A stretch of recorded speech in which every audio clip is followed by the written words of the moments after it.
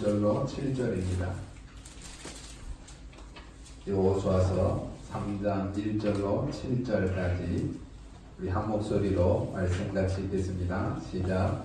또 여호수아가 아침에 일찍 일어나서 그와 모든 이스라엘 자손들과 더불어 시팀에서 떠나 요단에 이르러 건너가기 전에 거기서 유숙하니라. 사흘 후에 관리들이 진중으로 두두다니며 백성에게 명령하여 이르되 너희는 레위 사람 제사장들이 너희 하나님 여호와의 언약궤를 있는 것을 보거든 너희가 있는 곳을 떠나 그 뒤를 따르라. 그러나 너희와 그 사이의 거리가 2000규빗을 되리하고 그것에 가까이 하지는 말라. 그리하면 너희가 행할 길을 알리니 너희가 이전에 이 길을 지나보지 못하겠습니다 하니라. 여호수아가 또 백성에게 이르되 너희는 자신을 성결하게 하라. 여호와께서 내일 너희 가운데 기이한 일들을 행하시리라. 여호수아가 또 제사장들에게 말하여 이르되 언약궤를 메고 백성 앞 건너라 하매 곧 언약궤를 메고 백성에 앞서 나아가니라. 여호와께서 여호수아에게 이르시되 내가 오늘부터 시작하여 너를 온 이스라엘 목전에서 크게 하여 내가 모세와 함께 있었던 것 같이 너와 함께 있는 것을 그들이 알게 하리라. 아멘. 오늘은 왜 요단을 건너야 하는가라고 하는 말씀의 제목입니다. 이스라엘 백성들이 가나안 땅으로 이제 들어가기 위해서 넘어야 될 첫 번째 과제가 뭐냐? 그게 바로 요단을 건너는 것입니다. 제가 어렸을 때 제 기억 속에 하나 남아있는 것이 있습니다. 제가 어렸을 때 저희 할머니의 어머니, 그러니까 저로는 고조 할머니시죠. 99세에 돌아가셨어요. 돌아가셨는데 요즘에는 그런 풍경을 볼 수가 없습니다만은 옛날에는 시골에 사람이 죽으면 상여를 내갔어요. 상여를 내가는데 불신자 상해가 내갈 때는 그 상해가 굉장히 화려합니다. 막 꽃들을 예쁘게 화려하게 꾸미고 또 신자가 이렇게 소천을 해서 상해가 나갈 때는 하얀 꽃에 빨간 십자가가 이렇게 해서 상해가 내가요. 제 고향이 동네 뒤에가 공동묘지에서 시골에 온 동네 사람이 죽으면 저희 사는 마을로 다 지나가니까 상해를 다 봐요. 네, 불신자 상해가 이렇게 지나갈 때는 막 사람들이 뒤에 따라가면서 막 고구려 해요. 아이고 아이고 하면서 막 고구려 해요. 그런데 제 할머니의 어머니 다 신앙생활 하시면서 돌아가셨는데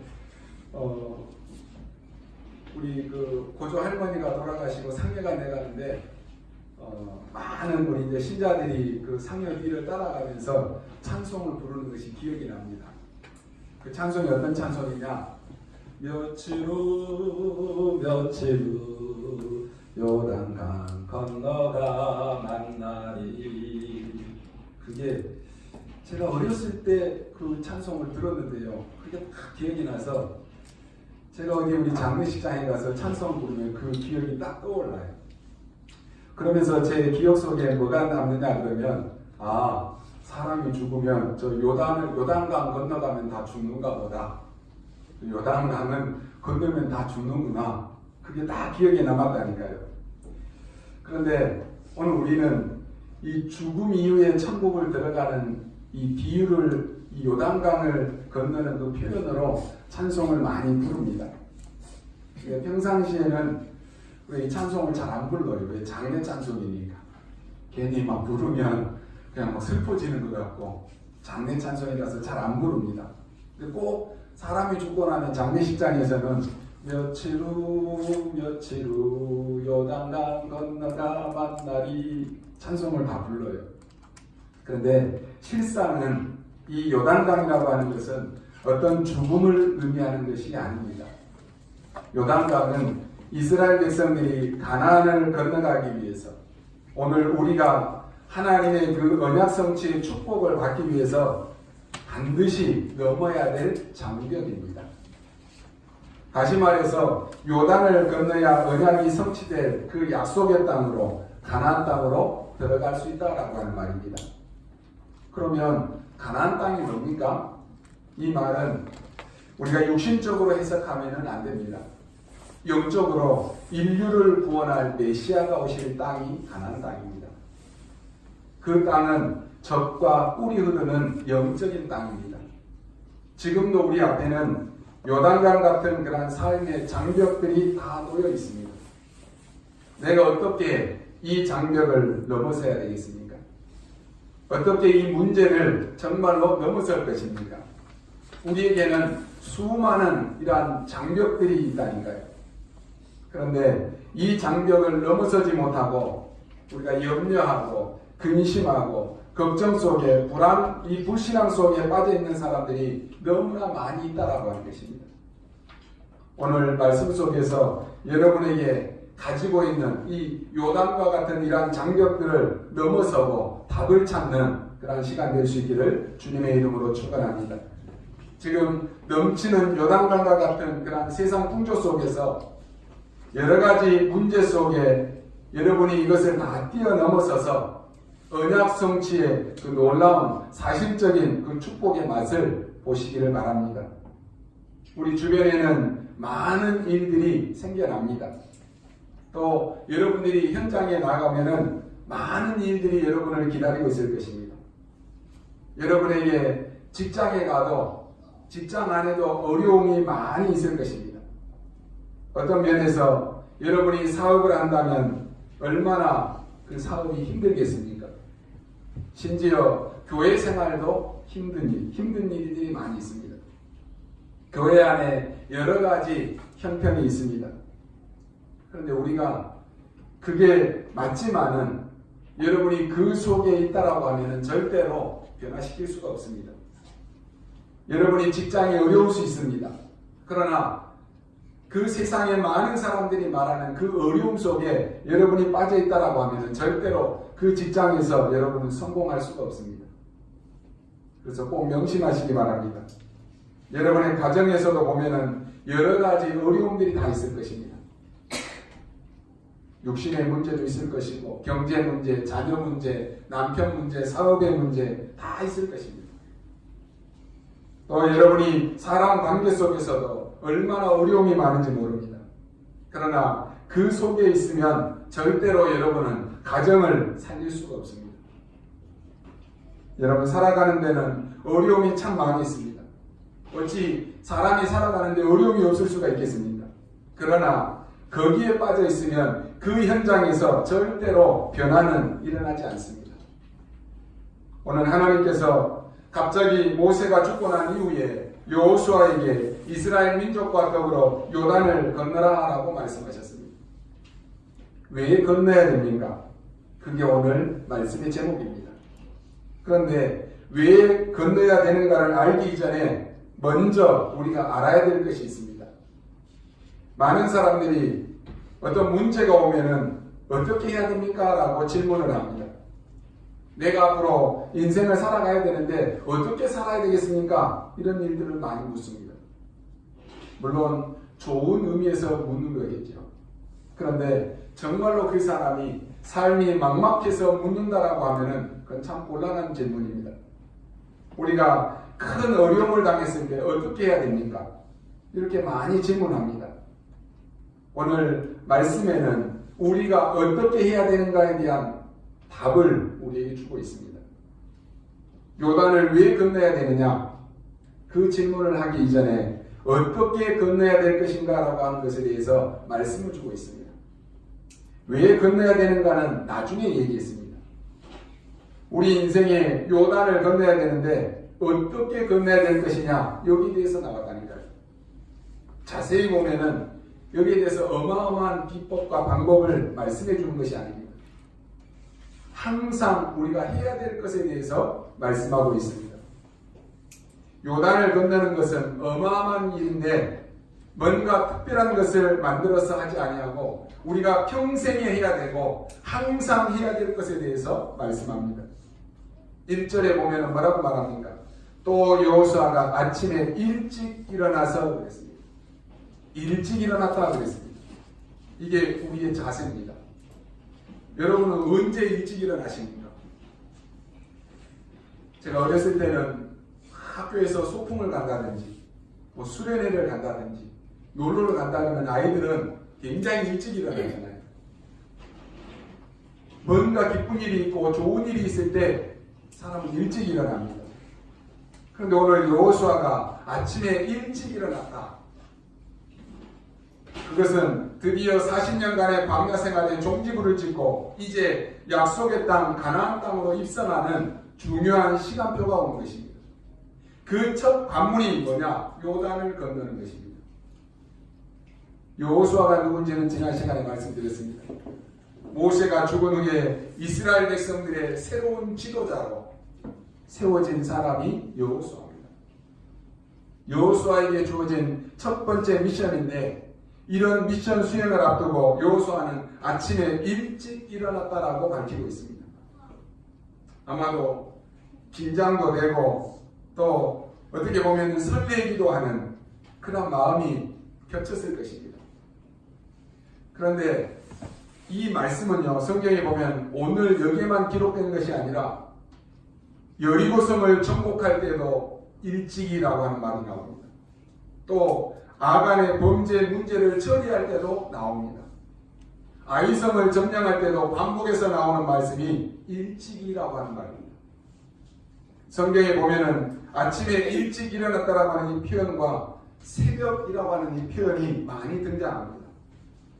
창세기 22장 3절에 보면은 하나님께서 아브라함에게 네 아들 독자 이삭을 나에게 바치라라고 말씀합니다. 그 명령을 했을 때에도 독자 이삭을 바치러 가는 그 아브라함이 뭐라고 말합니까? 새벽에 일찍 일어났다 그랬습니다. 아니 자식을 제물로 바치러 가는데 뭐가 좋아서 일찍 일어나겠어요? 우리 같으면 오늘 아침에 안 밝았으면 좋겠다. 그런 마음이 우리의 보통 가진 마음이잖아요. 해가 안 떴으면 좋겠다. 그런 생각을 많이 가질 것입니다.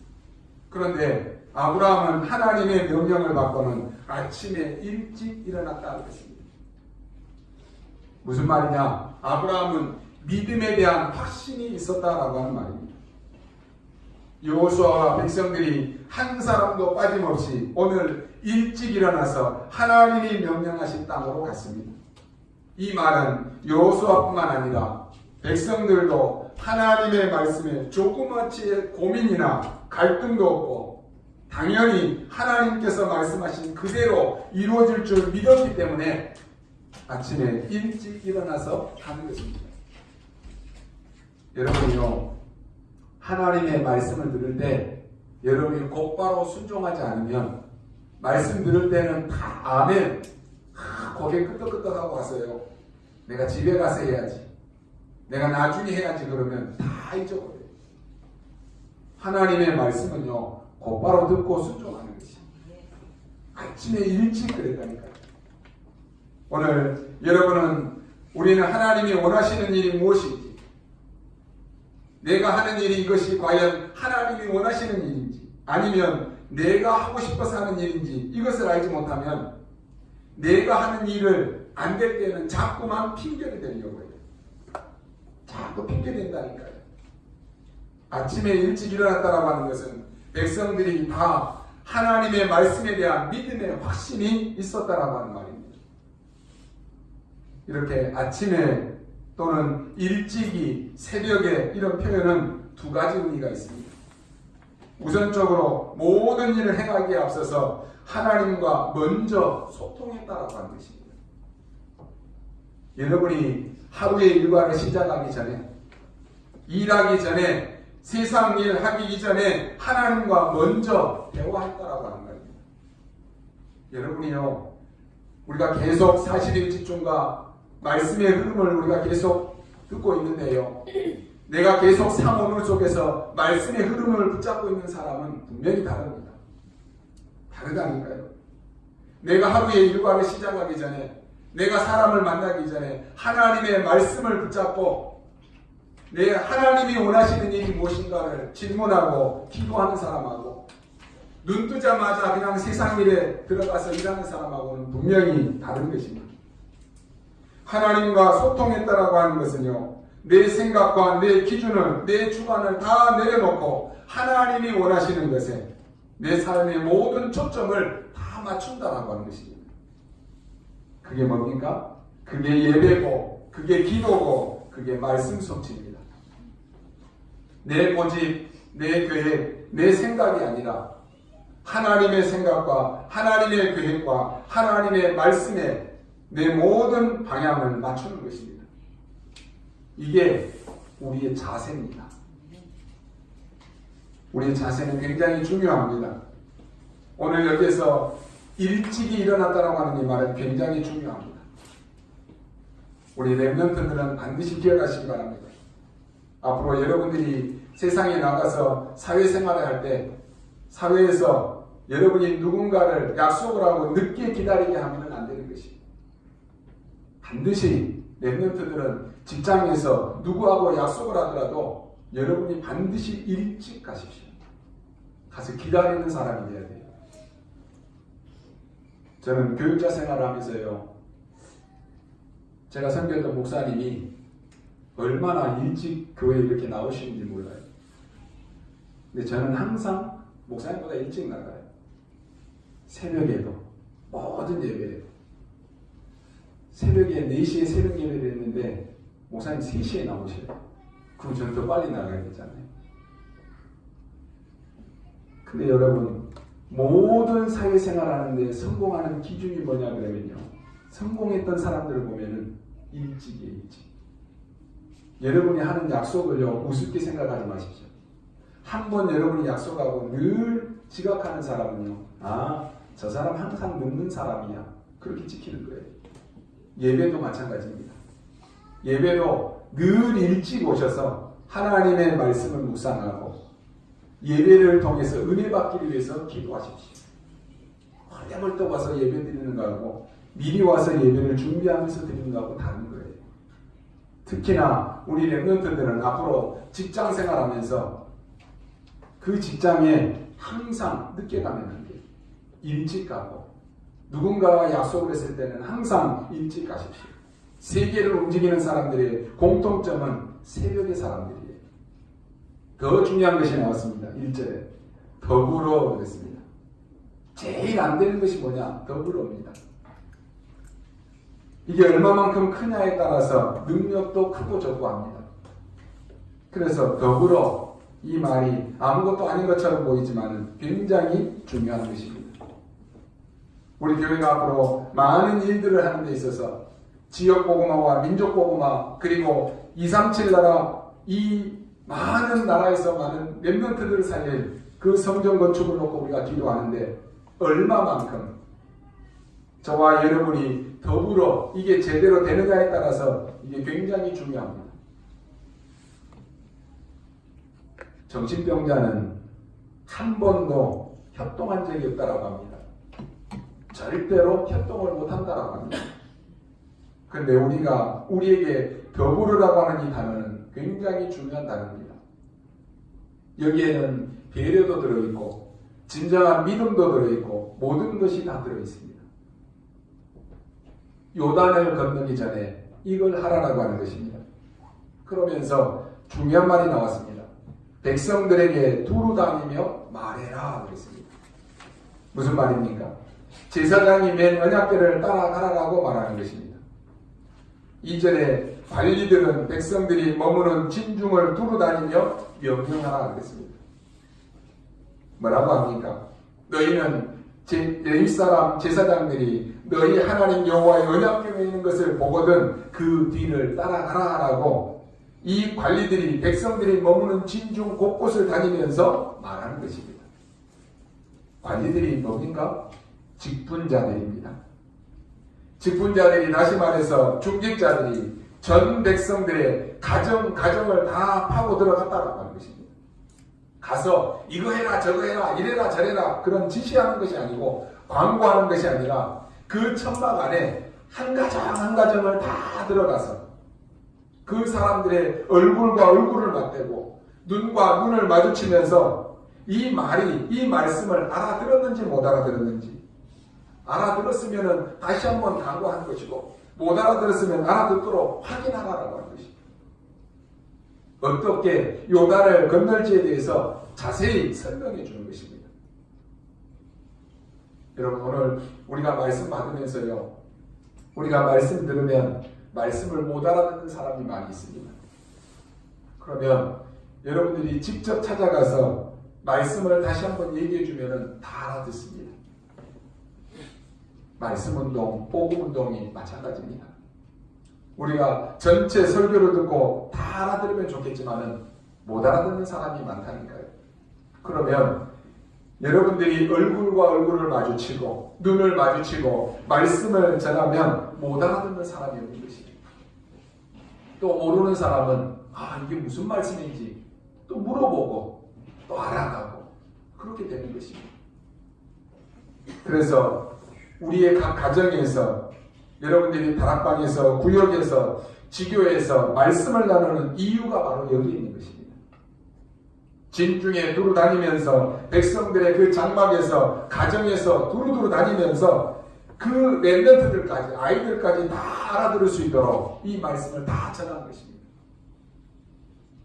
여기에 언약계 이것은 말씀입니다. 오늘로 말하면 강단입니다.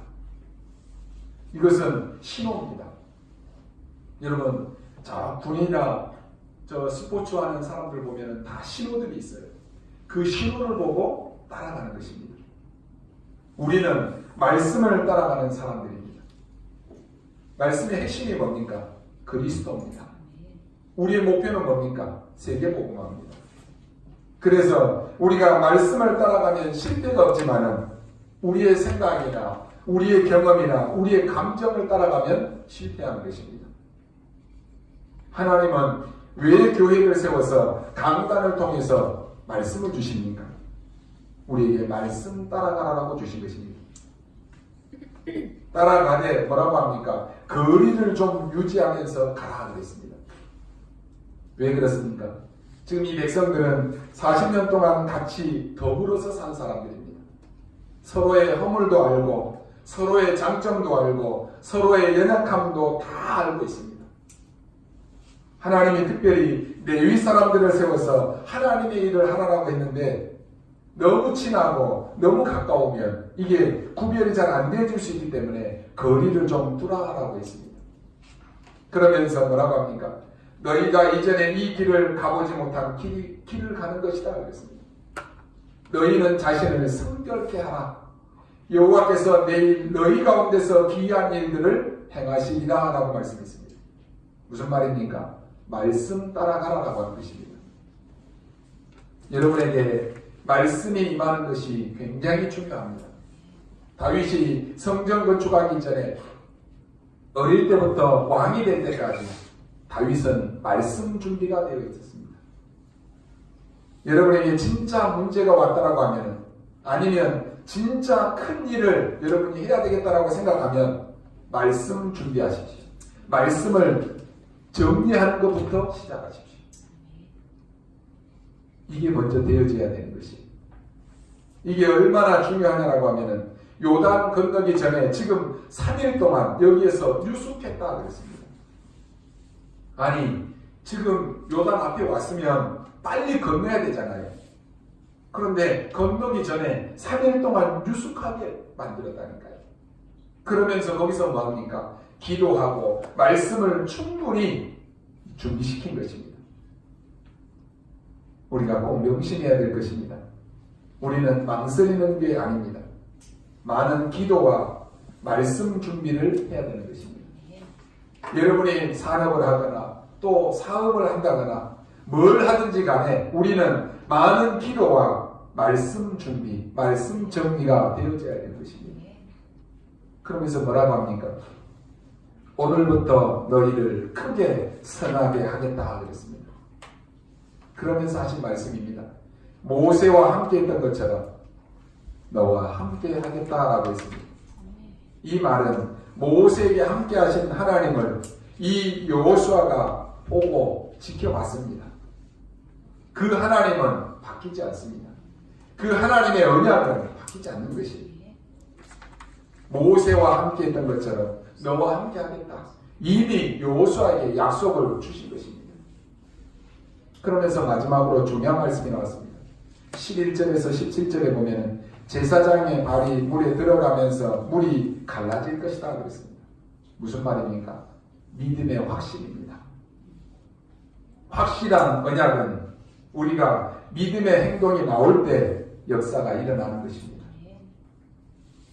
이번에 우리 선교사님들이 오셔서 포럼을 하는데요. 어떤 선교사님이 RUTC 부지를 이제 매입을 했다라고 하더라고요.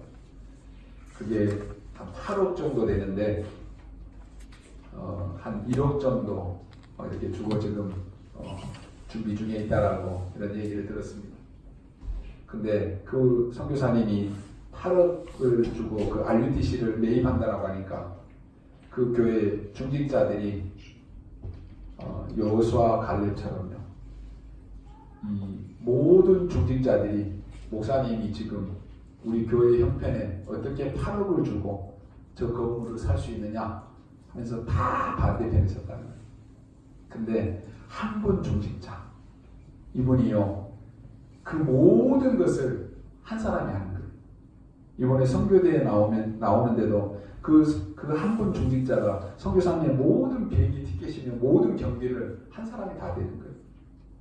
다른 중직자들은 우리 형편에 지금 우리 환경에 이게 지금 말이나 되는 소리냐 불가능하지 않냐 다 안 된다는 거예요. 근데요 하나님이 그 한 분 중직자에게 경제적인 것을 쏟아부으시는데 이 사람들이 다 안 해도 혼자 할 수 있을 정도로 다 채워주신다는 거예요. 이게요 믿음의 확신입니다. 여러분이 맨날 생각만 하고 행동으로 안 하면 하나님의 역사는 볼 수 없어요.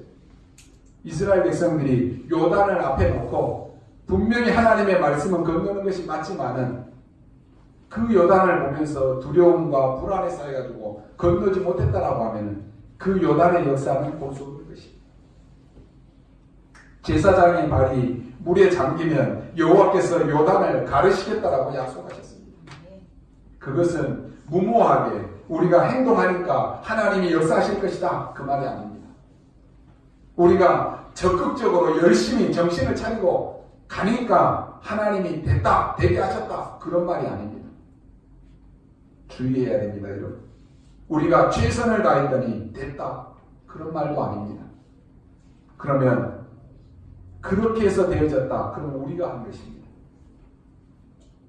그 선교사님이 그러더라고요. 그게 하나님의 계획이 맞다라고 하면 하나님은 하실 것이다. 그러면 아니면 하나님 막으실 거 아니냐. 근데 해보지도 않고 아예 안 된다라고 하는 것입니다. 그게 어디서 나왔어요? 성경 이스라엘 백성들이 계속 그랬잖아요. 어제도 그랬죠. 늘 원망과 불평하는 사람은 천국에 가서도 원망한다니까. 아유 내가 생각했던 천국이 아닌가 보네. 아유 예수님은 또 왜 저렇게 생겼어. 자기 기준으로 모든 걸 보는 거예요. 천국에 가서도 원망한다니까.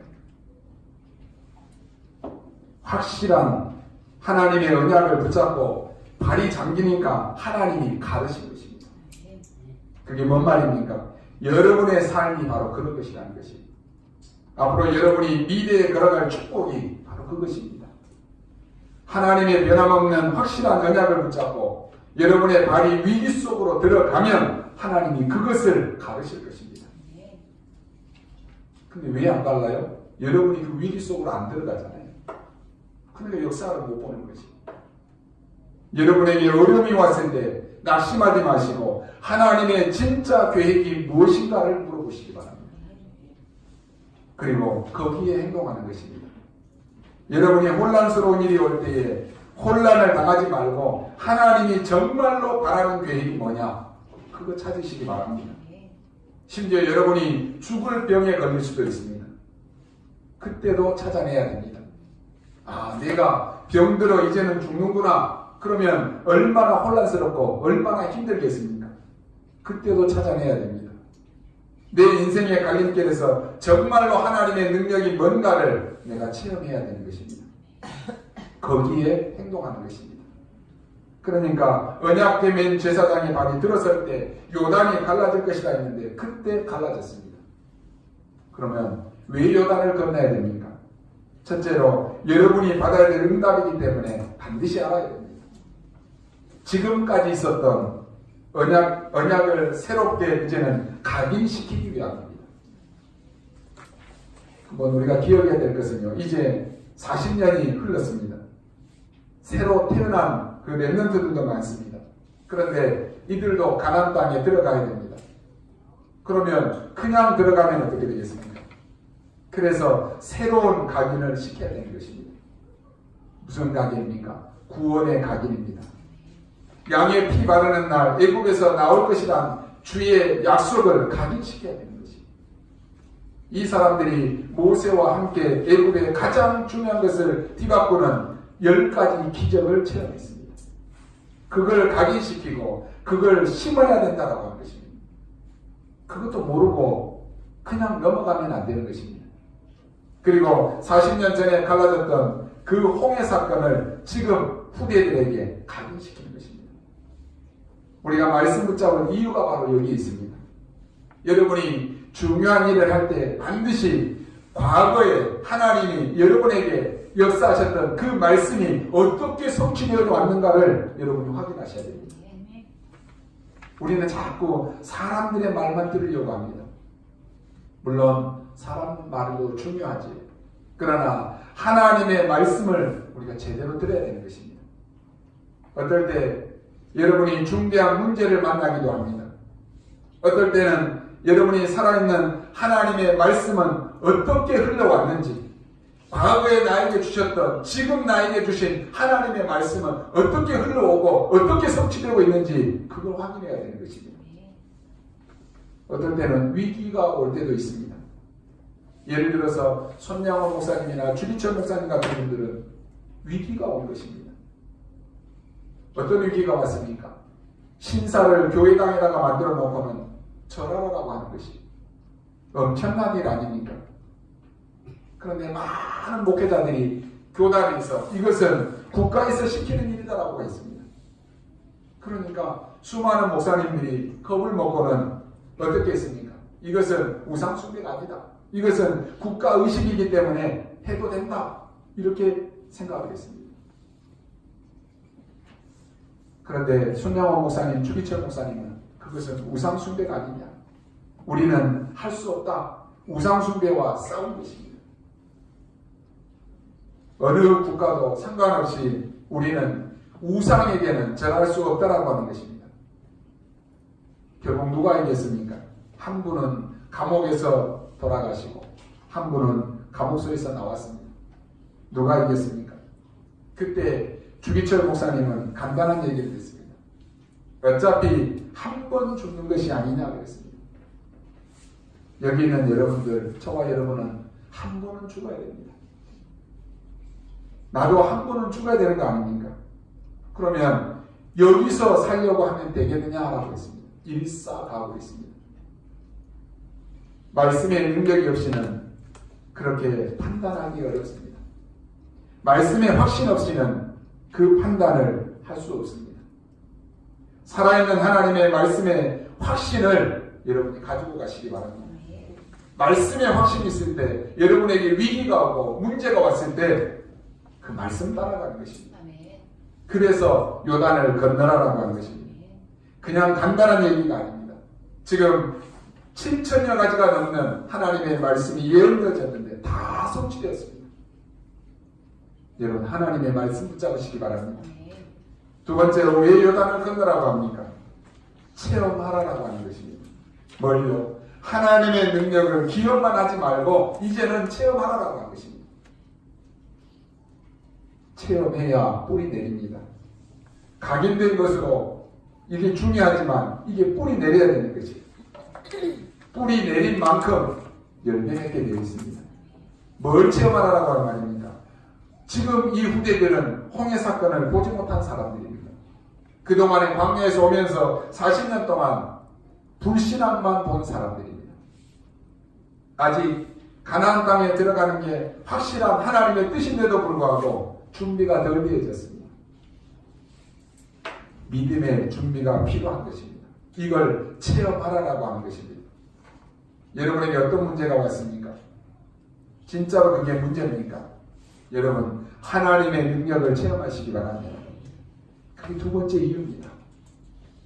어떤 상황이 와도 하나님의 능력을 체험하라라고 하는 것입니다. 혹 여러분에게 경제적인 문제가 왔습니까? 하나님이 진짜로 세상 속에서 하나님의 능력과 이제는 빛의 경제를 체험하라라고 하는 사인입니다.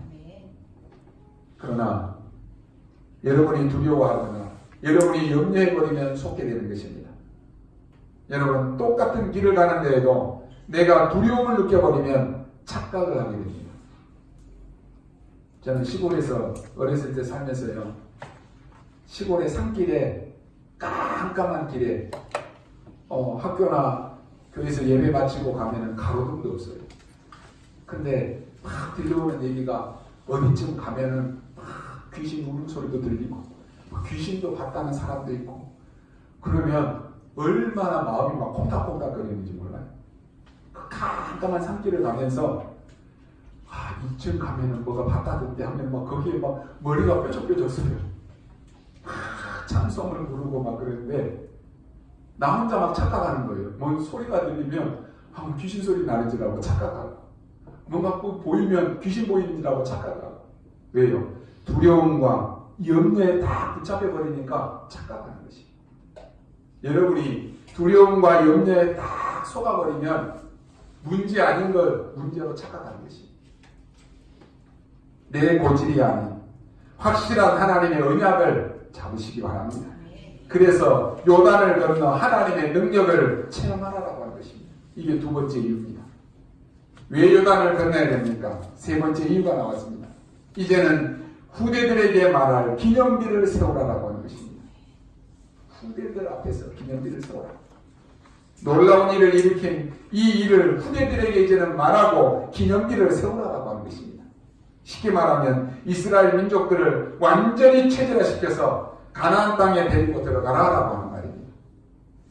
체질된 만큼 여러분의 운명은 뒤바뀌게 되어 있습니다. 뭐라고 했습니까? 12지파를 대표를 선택하라고 했습니다. 그러면 지금 이스라엘을 다 선택한 것입니다. 거기서 뭡니까? 4장에 보면 뒤에 나오는데 돌 하나씩을 취하라 하겠습니다. 이 돌은 요단강 안에 있는 그 돌입니다. 그걸 가지고 여호수아 4장 6절에 보니까 이것이 표징이 될 것이다 하겠습니다. 무슨 표징입니까? 나중에 너희의 후대들이 묻거든 이게 무슨 탑이냐라고 물으면 얘기해 주라고 하는 것입니다. 이스라엘 백성이 하나님의 능력으로 요단을 건넜는데 그 물속에서 건져낸 돌을 가지고 기념비를 만들었다라고 하는 것을 후대들에게 설명해 주라고 하는 것입니다. 중요합니다. 우리의 자녀들에게 가장 중요한 믿음의 표징을 남기라고 하는 것입니다. 그보다 더 중요한 것은 없습니다. 여호수아 4장 7절에 뭐라고 말씀합니까? 영원한 기념이 되리라 하고 있습니다. 신앙생활하다가 좀 어려울 수 있습니다. 그러나 여러분의 자녀들은 여러분이 그 어려움 속에 낙심하고 염려하는 그것을 보고 각인 뿌리 체질되게 됩니다. 아이고 우리 부모님은 믿음 생활 잘하는 것 같은데 조금 문제 오니까 위기 오니까 불신자처럼 그렇게 돌아가면 그게 후대들에게는 각인되고 뿌리 내리고 체질됩니다. 꼭 기억하셔야 됩니다. 우리가 좀 고생하더라도 우리의 후대들에게 믿음의 확실한 발자취를 남겨야 되는 것입니다. 우리의 후대들을 살리는 일에 올인해야 되는 것입니다. 우리 후대들 앞에 믿음이란 무엇이다라고 하는 것, 복음이 뭐다라고 하는 것을 설명해 줄 수 있어야 됩니다. 다른 것은 다 있는데 그것 하나 못 해준다. 그게 가장 큰 일입니다. 지금 미국과 유럽 교회가 지금 계속 문 닫는다라고 합니다. 교회들이 복음 설명을 안 한다라고 합니다. 그러니까 미국에 자라나는 후대들은 복음이 뭔지를 한 번도 들어보지 못하고 자란다라고 합니다. 유럽에 자라나는 아이들, 청소년들도 복음이 뭔지를 전혀 듣지 못하고 자란다라고 합니다. 왜요? 교회에서 말을 안 해주니까. 그러니 교회는 당연히 문을 닫게 되는 것입니다. 참 우스운 꼴을 만났습니다. 지금 파악한 것만 해도 유럽 교회 지금 7,000여 개의 교회가 문을 닫는 교회가 있다고 하지 않습니까? 정말 우습고 큰일 날 시대를 우리가 맞이했습니다. 이제는 복음 가진 저와 여러분이 우리 렘넌트들이 막아야 되는 것입니다. 우리가 후대들에게 복음을 못 가르친다라고 하면 결국은 우리 후대들은 사단의 종로로 가다가 사단의 심부름 하다가 끝나는 것입니다. 그래서 훗날에 너희 후대들이 묻거든 이것을 설명해 주라라고 하는 것입니다. 결론으로 말씀드립니다. 계속 우리가 안 읽었습니다만 더 중요한 결론이 나옵니다. 여호수아 3장 7절에 여호수아에게 먼저 모세와 함께 있었던 같이 너와 함께 하겠다라고 약속하셨습니다. 혹 여러분 가운데 문제 가운데 있는 분들이 계십니까? 하나님이 나와 우리와 함께 하심을 믿으시기 바랍니다. 그 이전의 말씀을 보면 내가 오늘부터 시작하여 그랬습니다. 교회를 오래 다니는 것이 물론 중요할 수도 있겠지만 예수 그리스도를 나의 구주로 영접하는 그 순간부터 우리는 영원히 하나님의 자녀가 된 것입니다. 우리가 하나님의 자녀되는 그 순간부터 우리의 모든 과거는 다 끝났습니다. 오늘부터 우리의 인생은 바뀌는 것입니다. 여러분이 어떤 상황에 놓이든지 간에 그것은 여러분의 문제이지 여러분 안에 계신 성령님은 절대로 여러분을 떠나지 않습니다. 여러분에게 말씀을 주신 하나님은 그 말씀을 반드시 성취하십니다. 영원히 예수 그리스도를 믿고 하나님의 자녀된 저와 여러분의 생애를 하나님이 오늘부터 책임지시는 것입니다. 그래서 혹시 여러분들이 어제까지 고민했습니까? 어제까지 염려했습니까? 어제까지 여러분이 실패했습니까? 괜찮습니다. 오늘부터 여러분 새롭게 시작하시기 바랍니다. 8절에 보면은 언약궤를 맨 제사장들이 요단 강물에 이르거든 요단에 들어서라라고 말합니다. 어찌 보면은 굉장히 무모해 보일 수도 있습니다. 하지만 그 말은 하나님이 모든 것을 하나님이 하시겠다라고 하는 것입니다. 여러분이 믿음으로 막 도전하려고 하면은 믿음 없는 사람들이 볼 때는 참 무모해 보여요. 아까 제가 말씀드렸던 그 선교사님이 아니 돈도 없는데 8억을 계약을 하고 했을 때 믿음 없는 사람들이 봤을 때는 무모한 짓이 무모한 짓 그잖아요. 얼마나 무모한 짓이에요. 그런데 믿음 있는 사람들이 봤을 때는 하나님의 역사를 볼 수 있는 기회인 것입니다. 여러분이 오늘 하나님이 여러분을 완전히 보장하시겠다고 약속했습니다. 우리말로 바꿔 말하면 너희를 죽지 않게 하겠다고 하는 것입니다. 여러분 문제 앞에 뒤로 물러서는 사람은 하나님의 큰 응답을 다 놓치게 됩니다. 문제 앞에 여러분이 속아버리면 하나님의 역사를 볼 수가 없다니까요. 하나님의 큰 응답을 다 놓친다니까요. 9절에서 11절에 살아계신 하나님이 가나안 족속을 쫓아내실 줄을 너희가 알리라 하고 있습니다. 14절에 이 말씀을 들은 백성들이 어떤 일이 일어났습니까? 말씀을 들은 백성들이 요단을 건너기 위해서 자기의 장막을 떠났고 제사장들은 백성들 앞장서서 갔다 하고 있습니다. 놀라운 일이 일어났습니다. 백성들 중에는요 한 명도 여호수아에게 질문하는 사람이 없었습니다.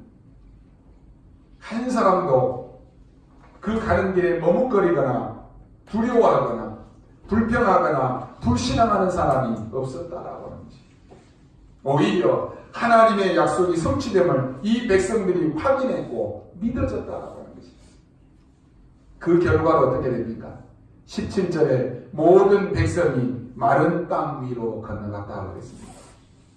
하나님이 물을 막으시고 백성들이 건너가기 좋도록 마른 땅으로 인도하셨습니다.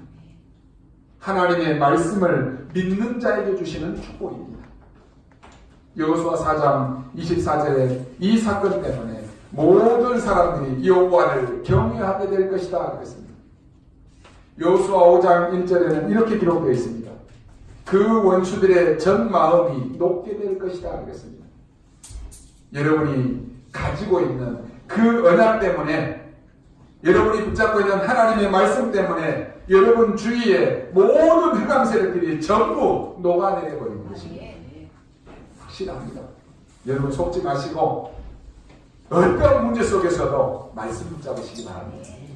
언약 붙잡고 있는데 주변의 모든 흑암 세력들, 여러분을 괴롭히고 여러분에게 핍박을 주고 여러분에게 환난과 어려움을 주는 모든 흑암 세력이 전부 녹아내려 버리는 것입니다. 마지막으로 여호수아 5장 15절에 보면 뭡니까? 먼 군인 같은 사람이 나타났는데 여호수아가 누구냐라고 묻습니다. 물으니까 나는 당신을 도우러 온 군대 장관이다 그랬습니다. 영적인 얘기입니다.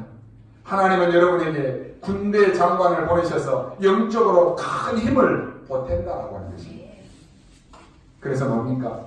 여러분의 인생에 이제는 요단을 건너시기 바랍니다. 어떤 요단입니까? 아직까지도 여러분이 말씀을 들으면서도 불신앙하는 불신앙의 요단을 건너시기 바랍니다. 아직까지도 긴가 민가 하면서 염려하는 그 염려의 요단을 뛰어넘으시기 바랍니다. 두려움의 요단을 건너시기 바랍니다. 피할 것이 없습니다. 왜요? 하나님의 뜻이기 때문에 그렇습니다. 하나님의 뜻은 뭡니까? 요단을 건너라고 하는 것이. 우리가 가는 길에 앞에 강이 막혀 있는데 하나님의 뜻이 건너는 것이라고 하면 우리는 건너야 되는 것입니다. 왜냐? 그것이 하나님의 계획이기 때문에 그렇습니다. 요단을 건너고 가야 될 그 이유가 있는 것입니다. 그러면 우리 앞에 가로막혀 있는 그 장애물을 어떻게 건너겠습니까? 하나님의 언약의 말씀을 붙잡고 순종하면 장애물은 갈라질 줄 믿습니다. 홍해가 갈라지는 것처럼, 요단강이 갈라지는 것처럼 여러분 앞에 있는 모든 문제와 염려, 이게 갈라질 것입니다. 진짜 언약 잡으면 여러분의 산업과 우리 부대들의 학업과 모든 일에 요단이 갈라지는 역사가 일어나게 될 것입니다. 그 언약을 여러분이 잡으시기 바랍니다. 오늘이 바로 그날이 되시기를 바랍니다. 하나님은 복잡한 하나님이 아니십니다. 우리가 말씀 붙잡았는데 하나님은 우리가 붙잡은 이 말씀을 성취하시고 역사하십니다. 오늘 여러분이 가지고 있는 모든 문제가 해결되고 그 치유의 날이 될 수 있기를 주님의 이름으로 축원합니다. 기도하겠습니다. 하나님 은혜를 감사합니다. 오늘 우리 안에 가지고 있었던 창세기 3장의 모든 요단이 갈라지는 날이 되게 하여 주옵소서. 우리의 언약을 회복하는 날이 되게 하여 주옵소서. 하나님의 능력을 사실적으로 체험하는 오늘이 되게 하여 주옵소서. 이제는 우리의 후대들 앞에 기념비를 세우는 날이 되게 하여 주옵소서. 감사를 드리며 살아계신 우리 주 예수 그리스도의 이름으로 기도하옵나이다. 아멘.